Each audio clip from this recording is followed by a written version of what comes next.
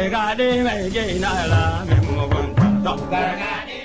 Gargaɗi mai gina la min mugunta. Allah da ka ta mana. Haba excellence. Yaya za ka riƙa yi mana jalle ku jalle? Kana ka hau jirgin yawo kawai kana yawo da mu. In za ka fito min a mutum ka fito min a mutum. Amma ba zai yi ba kawai. Billahi lazi. Lakata da Allah.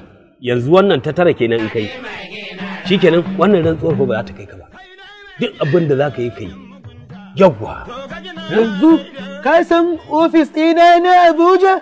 Ƙwarai kuwa ni kuwa na sani. To kamar irin time haka zuwa mila 5 karɓa sai ai san yadda zai mila 5 karɓa mai. Haba.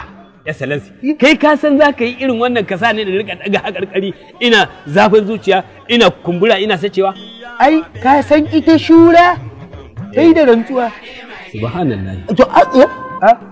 To abin ya rincaɓe ya zama wani iri ya zama kadandoniya jam'iyyun da ta saman da ta ƙasar nema ake a rasa inda za a yi mana adalci to dole sai abin mun bi a ƙasa a hankali a irin mutanen da muke wa kyakkyawan zato mutanen kirki yanzu kamar misali shi na Adamawan. Can za mu koma kenan? A'a ba ina nufin can dai za mu koma ba amma dai mu haɗa Abujan ita mila 5 ɗin ka karɓa sai a san me za. Alhamdulillah. Ai haka abin yake. Ai shi kenan ba wani abu. Ina Udili. Malam zo ka yi gaba. Yi gaba. Yi gaba.